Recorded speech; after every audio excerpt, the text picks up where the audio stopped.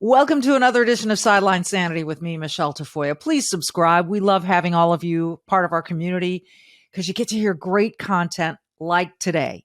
You may never have heard of this individual, but you're going to be glad that you did. His name is Zeek Arkham. Found him on Twitter. Listen to his Twitter profile, Cop with Attitude, the notorious COP. This part's my favorite. Pronouns, bruh and brother. All opinions are my own. American patriot. Hashtag all lives matter. He has a unique perspective. It's fearless. And he's been called a lot of names. But I think once you listen to this, the only thing you're going to call him is sensible, smart, common sense, no nonsense, and a guy you'd love to have a beer with. Stick around. For nearly 3 decades, she's reported the action from the sidelines. She started very young. She's covered the NBA, NFL, Olympics, and the college football and basketball national championships. And now, during these insane times in our world, Michele Tafoya thinks we need a serious dose of sanity. This is Sideline Sanity with your host, one of the sanest people on planet Earth, Michele Tafoya.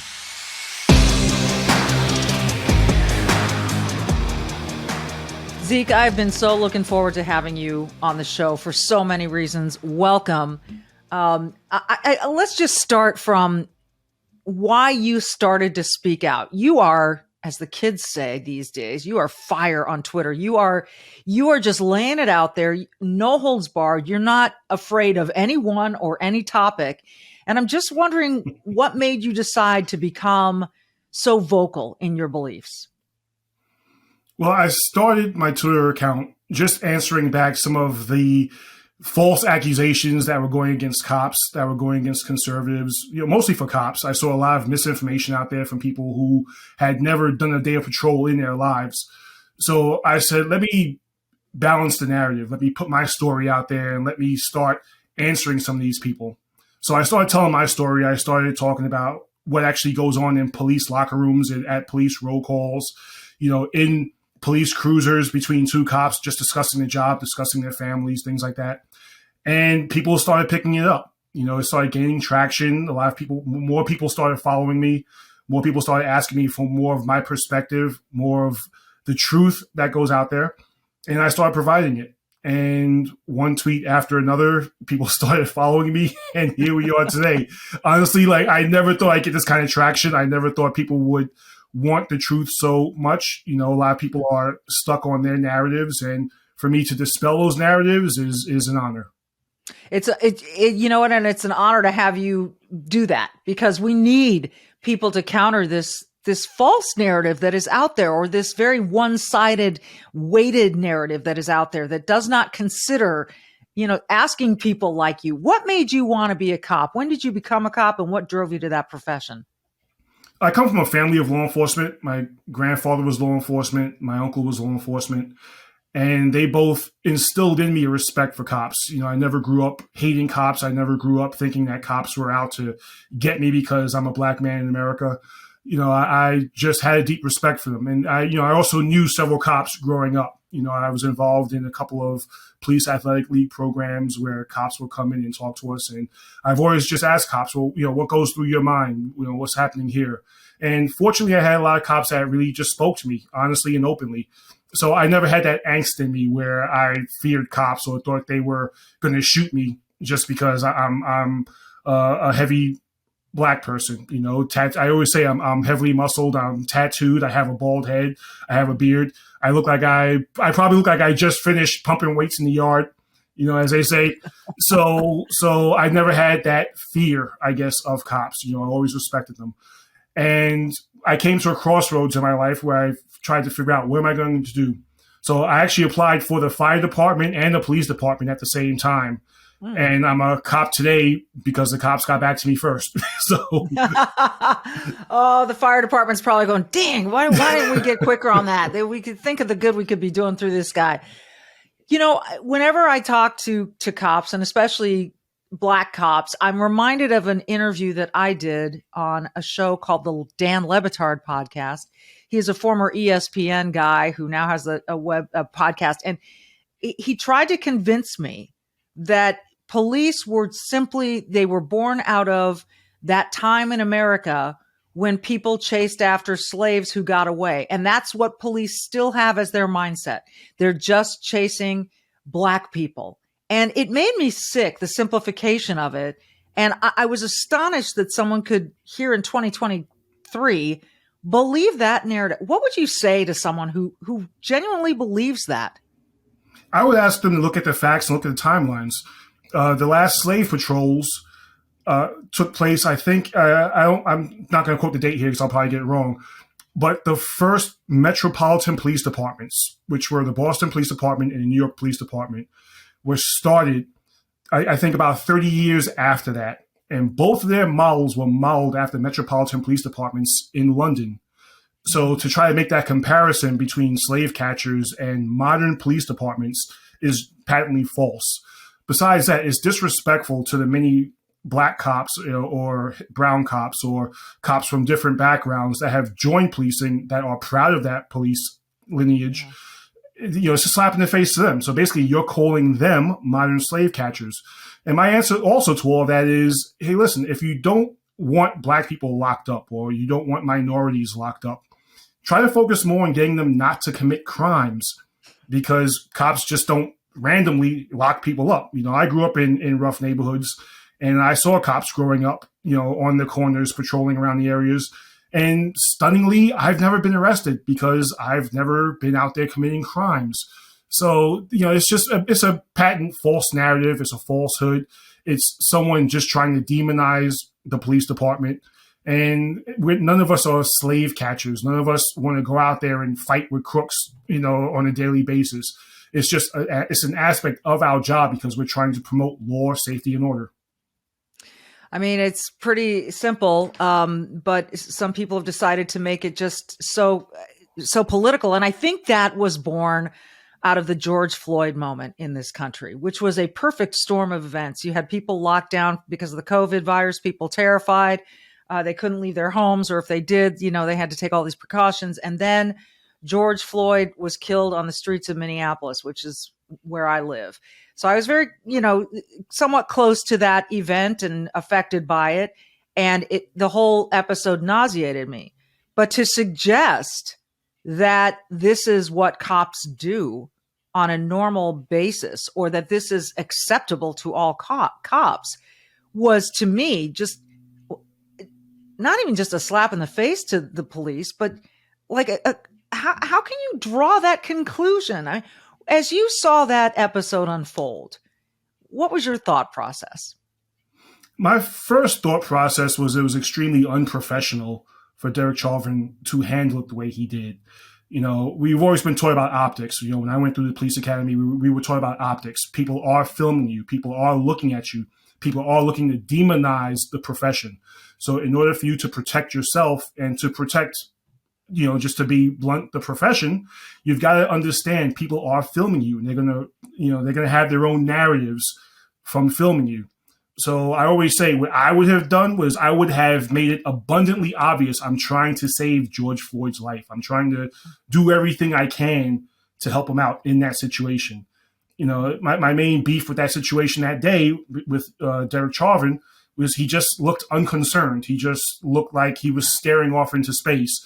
And I feel more bad for the cops around him because from what I understand, they were all rookie cops that had no idea what to do in that situation.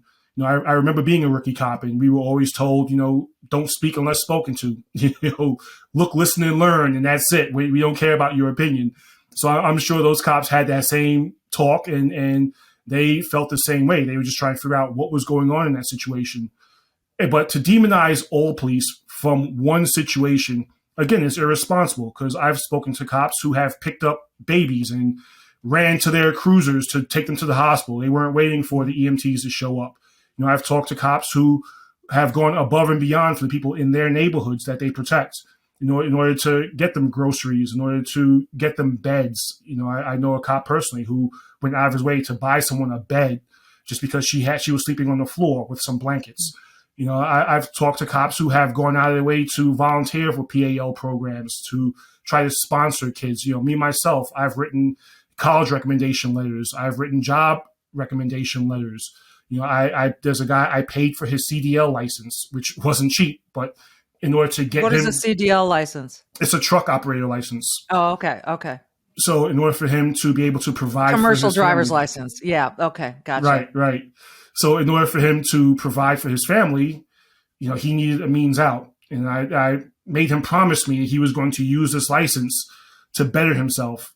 And I spoke to him about a month ago, and he's doing very well. So, you know, the narrative that cops just don't care, or they care about all their pensions, or they care about is just making money, you know, or they don't care about the people in the neighborhoods is false, because when you talk to cops directly, you know, they have no choice but to care.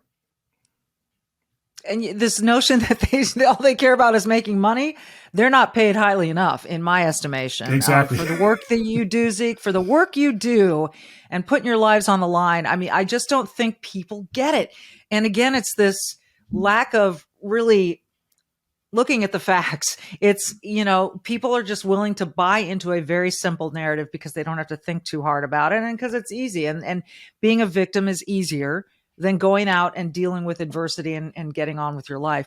So in the wake of George Floyd, then you had the defund the police movement, which, you know, was so short-sighted and such a knee-jerk reaction to one bad cop. And that's not to suggest that that he's the only one, but, you know, for all the interactions that police have across this country every day, to suggest that we need to defund the police because of this one momentous moment.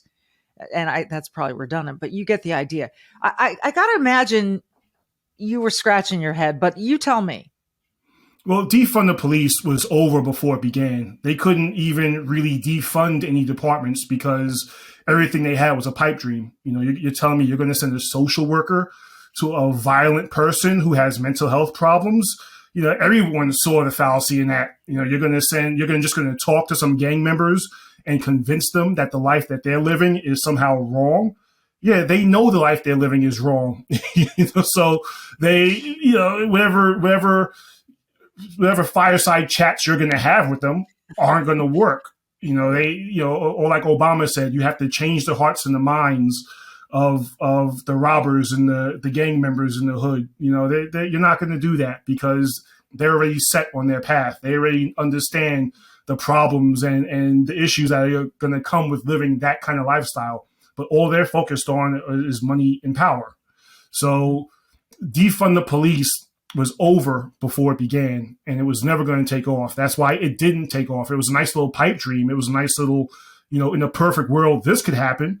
But it was silly on all fronts. Yeah. You know, if you're going to defund the police, or you're going to abolish the police, as some elected officials were trying to say, oh, you know, we're just going to start over with a neighborhood program.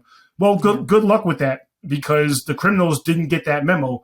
And as we all saw from the Summer of Love in Seattle, you know, the Chaz block of love that happened in Seattle and Portland, you know, criminals didn't get that memo, and criminals are going to do what criminals do.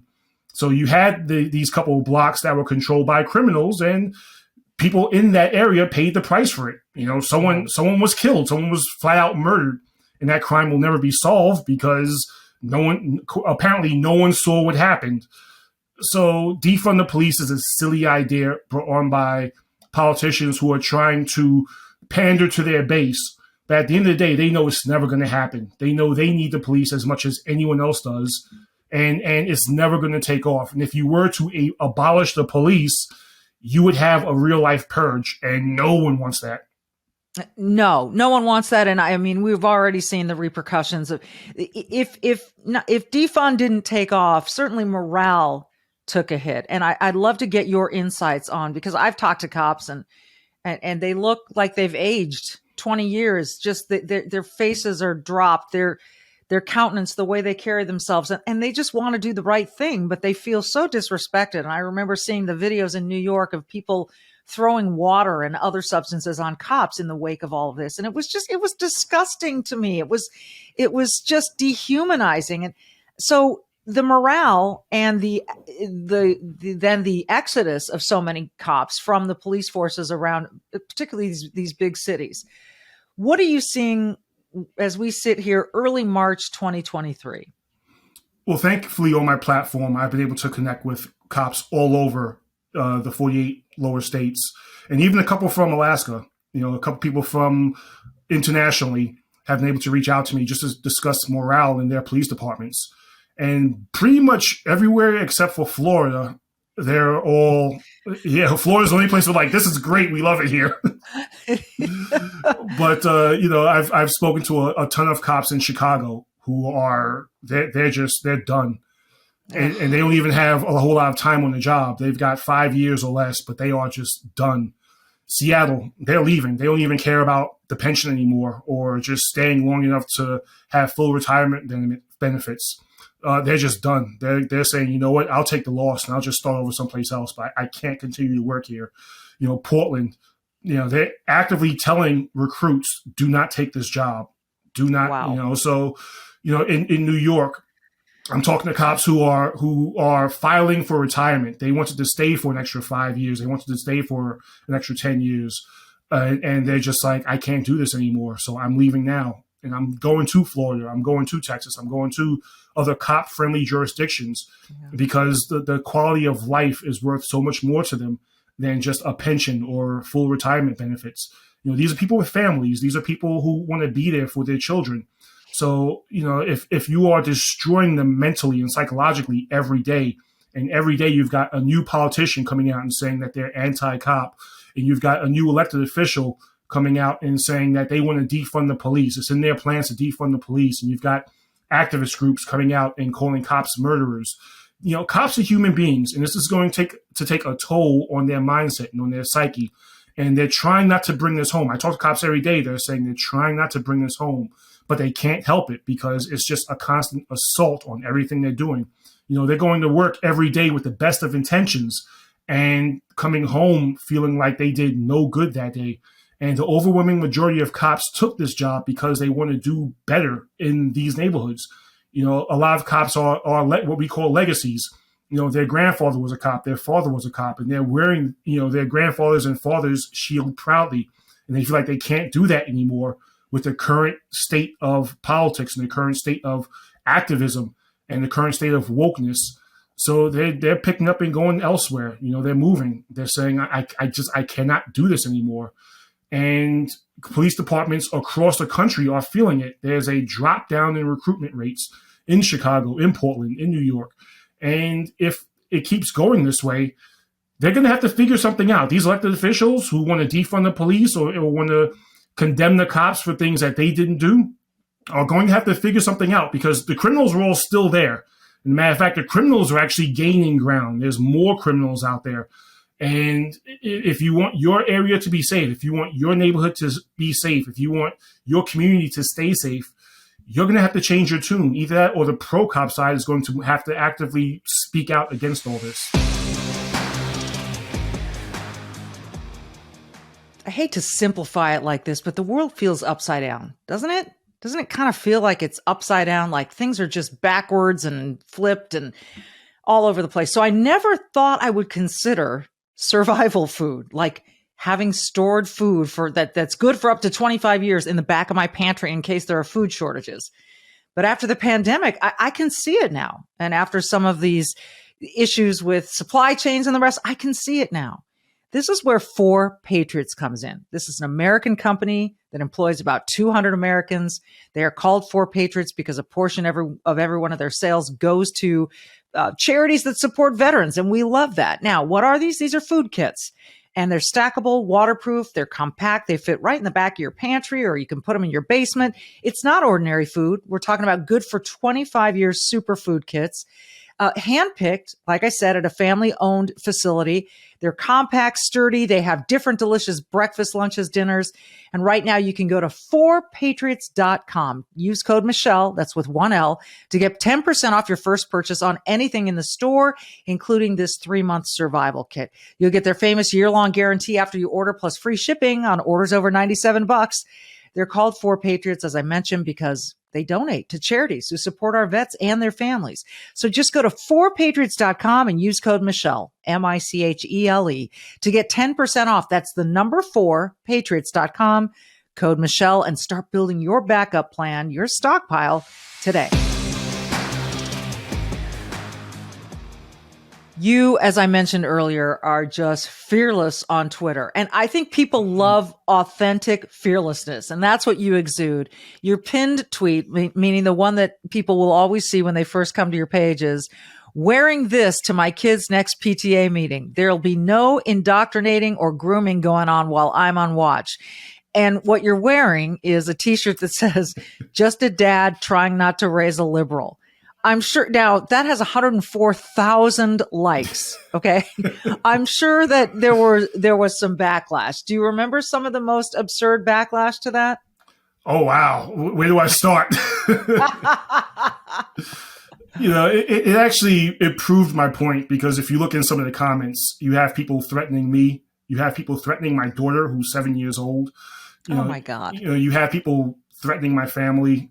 You have people actively rooting for my daughter to now turn into a liberal, So, I mean, it proved my point, because the indoctrination and the grooming has gotten so bad that people can't even have a discourse now.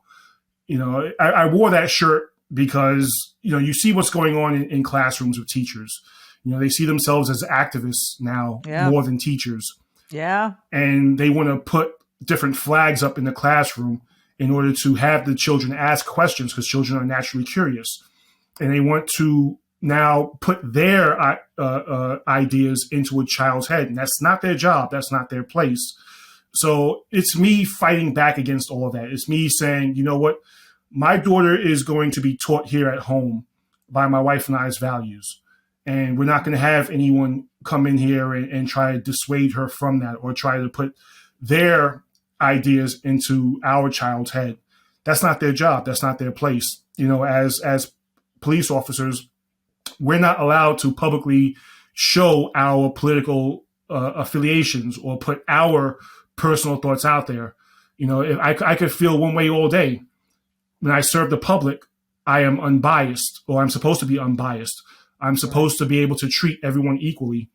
And as teachers, it's not their job to put their ideas into children's heads, or try to indoctrinate them in some way, or try to say, hey, listen, this is who I am, and this is who you should be as well. No, their job is to teach. So I've always been advocating for some sort of oversight in classrooms, whether it's cameras, whether it's, an independent monitor or something in every classroom, something to just, there are great teachers out there. There are teachers out there who just want to teach, who deeply care about children, who believe in their job. But then there are teachers out there who are activists and who, in my opinion, want to poison the mind of children. And I don't think there's anything as too much of a fight for children. So that's why I wore the shirt. That's why I made the tweet. And you know what? If people are angry about that tweet, then that tweet is directed towards them. For everybody else who gets it, thank you so much for the support. You had a lot of it. Yeah, there are a couple things you mentioned. You talked about putting up flags in their classrooms, and the thin blue line flag that supports the cops has become, to some, a symbol of racism. To them, you would say what? To them, I would say racism. How? There is no law that is directly against Black or brown people or minorities. There is no statute that directly impacts Black or brown or minority communities, saying, cops have to directly go after them. I would just ask how. If you think these laws are racist, if you think policing is racist, how? Now, are there racist cops out there? Possibly. But the overwhelming majority of people in law enforcement simply want to do what every other person wants to do. Go to work, do their job, and come home. If one class of people is disproportionately committing crimes, well, then that's where they're going to put police, because that's where you need police. So law isn't racist. Police aren't racist. Maybe it starts at home. Maybe it starts in the community. Maybe you need to look at your community and figure out, why are there so many cops here? Why are there cops on the corner? Why is there a cop car riding by every 5 minutes? And then figure out, okay, who do we have to talk to? Who do we have to get out of our community? Who do we have to fix in order for that not to happen? Listen, I grew up in a high crime neighborhood. I saw a whole lot of cop cars. I saw a whole lot of cops on foot posts, making sure the community was safe. I moved and I'm in a different neighborhood now. I rarely ever see a cop car. Matter of fact, when one comes down the block, it's like, oh, hey, look at that, because we just don't see it where I live now.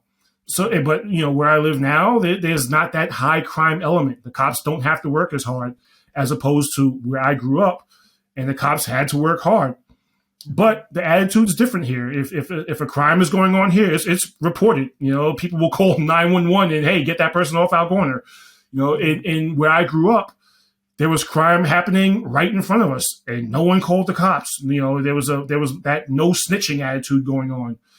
Yeah. So that has to change. So it's not policing and law that is racist, but the people in these areas need to stop being victims and need to take back control of their neighborhoods from a minority of people who directly want to destroy that neighborhood for their own personal gain. You also mentioned, indoctrination in classrooms, and that you have this young, precious daughter. And I was reading earlier today that there are an estimated 6,000 school districts, I believe, that are allowing teachers to hide when a child says, oh, I want to change my pronouns. I want to change my gender. At school, I want to identify as the opposite sex. And they are sworn to not tell parents. This notion that teachers are stepping into the roles of parents and in fact, prohibiting parents from knowing specific things about their own children. There are a few things that make my blood boil as much. Where do we start with that? How do we counter that? It starts with us as parents. We have to be able to tell our children, you can tell us anything, just to counter that, because parents are fighting a battle right now. Like I said, against activist teachers. I've always said, once you see yourself as an activist, it's going to bleed into everything else you're doing. You're going to become an activist parent. You're going to become an activist, whatever your job is. If you go to church, you're going to be an activist in church. And I like to say that activism, while it's a good thing in some cases, that real rabid, woke activism destroys everything. It makes you, it takes away from everything. It makes you worse at whatever it is you're trying to do. So to have these teachers out there who are now saying, oh, you don't have to tell your parents, tell us how you feel, and we'll take care of it for you. I don't understand how anyone can see that and not understand it's destructive. It's corrosive towards the relationship between a child and their parents. But like I said, now you have these activists now who want to feel good about what they're doing. So now they're trying to influence children. They want some sort of affirmation as to how they live their lives and what they're doing in their own personal lives. So now they're looking at children and going, you can talk to us. We're going to bring you onto our side. It's almost like a new level of bullying to me. Because you have, they're not picking on someone who can talk back to them and go, no, I'm not going to just talk to you and leave the side of my parents. They're picking on people who they have influence over, children, young children, even high school children who are still trying to figure out what they're trying to do. Their brains are still developing. Exactly. This is who they're picking on. This is who they're picking on. And, it's amazing that we took a college coach had to go to court in order to be able to pray with his players after a game. After a game, pray with the players. He gets fired. He has to go to court to defend that because they're saying, well, he's an authority figure. And so he could influence kids who really don't want to pray. He could force them to pray because they don't want to lose their spot on the team. Well, how is that? Now, if you're going to apply that logic to that moment of praying with a coach, how do you not apply that logic to teachers who are hiding children from their parents, who are saying, your secret's safe with me? How do we not know that they are putting these ideas in the kids' heads by saying, you can be any gender you want. You may think you're a boy, but you might not be a boy. You may think you're a girl. You may not be a girl. You may be anything in between. And now the kids are going, oh, yes, teacher, I love my teacher. So therefore she must be right or he must be right. And that's not, that's okay. But asking your team if they want to pray with you is not. I mean, it's unbelievable to me, Zeke. I completely agree. You know, I tell a funny story that when I was 3 years old, I said to my mom at the time, I wish I didn't have a penis. And thankfully, my mom wasn't woke. My mom is the direct opposite of woke. So my mom just kind of like looked at me and said, okay, and ignored me. You know, my mom tells me this story. I personally don't remember it. But my mom, I was going to say, if you remember that, that's something. No, my mom tells me that story because she thought it was funny and she kind of just left me alone. But thank God my mom wasn't one of these woke parents today, because I think I'd make a pretty ugly woman. You know, if these parents nowadays hear this, the first thing they want to do is take their kid to gender affirming surgery, and now want to put them on puberty blockers, and now want to put them in dresses, and oh, this is what my son said to me, so he's obviously a girl in a boy's body, you know, and to me that's abuse, because kids don't know what they're saying. You know, my daughter, they don't know. You just said their brains are still developing, and I mean, we're talking about children. If you want to, you know, say when they become adults, 18, you know, hey, Junior, why don't you hold off on that thought about wishing you didn't have a penis? And we're going to deal with it, because you know what? You do have a penis, and there's really nothing we can do about that. So let's just hold off and see how you feel in another few years. And, you know, it seems to me you probably changed your mind, Zeke. Yeah, well, somewhere along the way, absolutely. But I mean, that this idea that kids should guide the parents to parenting them. Mommy, I feel like, or, you know, oh, I could tell my son. Now, look, Caitlyn Jenner says she was transsexual from a very young age. It's an interest. She's an interesting person to listen to, because she has handled herself the way that she has, and she doesn't think that this is for everyone, and she also sees some issues with allowing this to happen too young. And my gosh, Zeke, we're seeing a surge in this. So clearly, this is like, it almost feels fad-like to me, like, oh, it's really cool to be non-binary, and so therefore I'm going to do it, or an attention-seeking device. So I don't know. Does your 7-year-old hear anything in her classes yet that, you know, she needs to learn new pronouns or anything?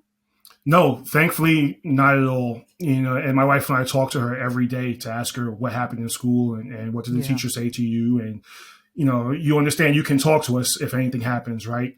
Listen, my 7-year-old, all she cares about is, you know, playing her little games on her computer and playing with her dolls and talking to her friends. You know, she doesn't care about what gender she is, or whether she's gender fluid, or whether she's, you know, feels like a cat today.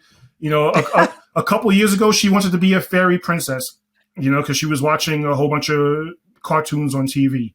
So she walked around with fairy wings all the time. You know, that's all she cares about. She doesn't care about anything else. She doesn't come home and say, hey, mommy, I think I'm a boy today. Or, hey, daddy, you know, I think I'm a boy. Like, she doesn't care about any of that.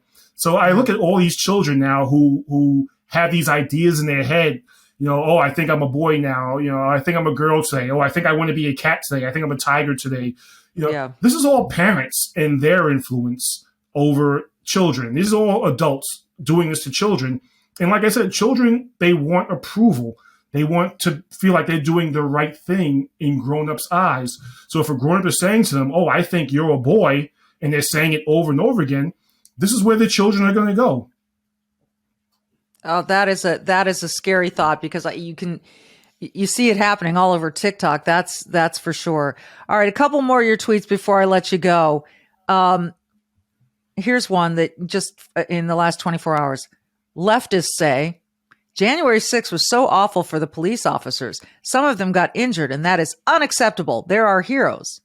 Also, leftists, the Summer of Love riots were completely peaceful, and video evidence of cops getting assaulted, police vehicles getting destroyed, and police precincts getting taken over or attempting to be taken over were the cops' fault. Also, defund the police. So yes, you're talking about the fact that the left is talking out of both sides of its mouth.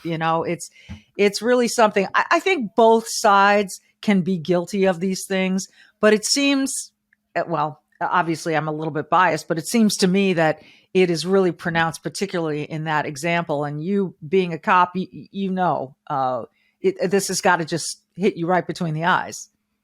Yeah, I mean, I agree. Both sides can be guilty of it, but it seems like it's just so much more prevalent on the left, especially when it comes to January 6th and how they all of a sudden now honor police. These are the same people who a day before were saying defund the police and maybe we need to reimagine policing, and you even had some elected officials of Congress saying we need to abolish the police, while they had their own security programs, were spending tens of thousands of dollars on their own personal security because they were important people. But you have to defund the police or abolish the police in their represented districts, which I don't understand how people heard that and still wanted to vote for them. But this is where we are. Yeah, that is a mystery to me. That is a mystery to me, how these people can continue to get votes. I don't understand it. Would you describe yourself as a conservative?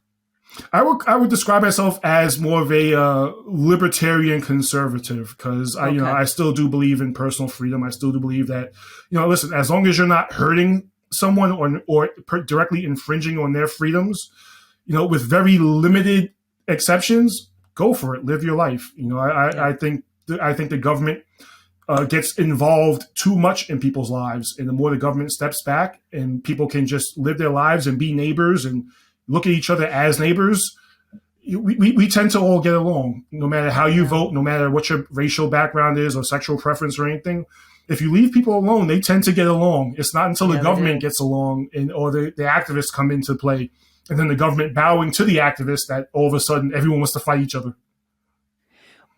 Given your political stance and that what you've just described, and the fact that you're Black, it seems to me that Black conservatives get attacked. They're almost a marginalized group, if you want to be honest about it. I mean, it's as though you have betrayed your fellow Black people. It's as though you are the Uncle Tom. They want to give you all these names that nauseate me, frankly, like you don't have a mind of your own. So when you're confronted with that, how do you respond? I mean, honestly, I've heard it so many times during the course of having my Twitter account. I'm just kind of used to it by now. Honestly, not a day goes by where either somewhere in my tweet responses or in my DMs, I get called all kinds of things. There were a couple things I got called. I actually had to look it up just to figure out, was that a slur? Oh yeah, that was a slur. People have gotten creative. And listen, I've said to them, hey, listen, I've never heard that one before. I'm actually impressed. You got a new one. I take it with a sense of humor. But, listen, if I'm getting people upset, that means that they're listening. And that means that somewhere the truth is hitting them. My great-grandmother used to say all the time, no one ever died from hurt feelings. People tend to recover pretty quickly from hurt feelings. So if I'm hurting your feelings with the truth, I'm happy I'm doing so, because the truth is out there. I like to pride myself on saying, to me, the truth is a direct line. I don't have to, explain the truth. I don't have to, reach for the truth. I don't have to, spin things in order to get to the truth. The truth is where it is. So I've always been on the side of the truth. A lot of other Black people say to me is, well, you have to remember you were Black first. Well, yeah, I get that. I have a functioning mirror. I completely understand. I'm Black. However, I'm on the side of the truth. If I'm trying to fit the truth to go into a certain narrative, then it's a lie. So as long as I tell the truth, I'm okay. I love what your great-grandmother said. It's kind of like what Chris Rock said in his special the other night. People who think words hurt have never been punched in the face. Oh, yeah. And sticks and stones, people, sticks and stones. You got to get back to that basic childhood rule. I recommend that everyone follow him, Zeek, Zeek Arkham, and that's your Twitter handle, @Zeek Arkham. Cop with attitude. The notorious COP. This is my favorite. Pronouns are bruh and brother.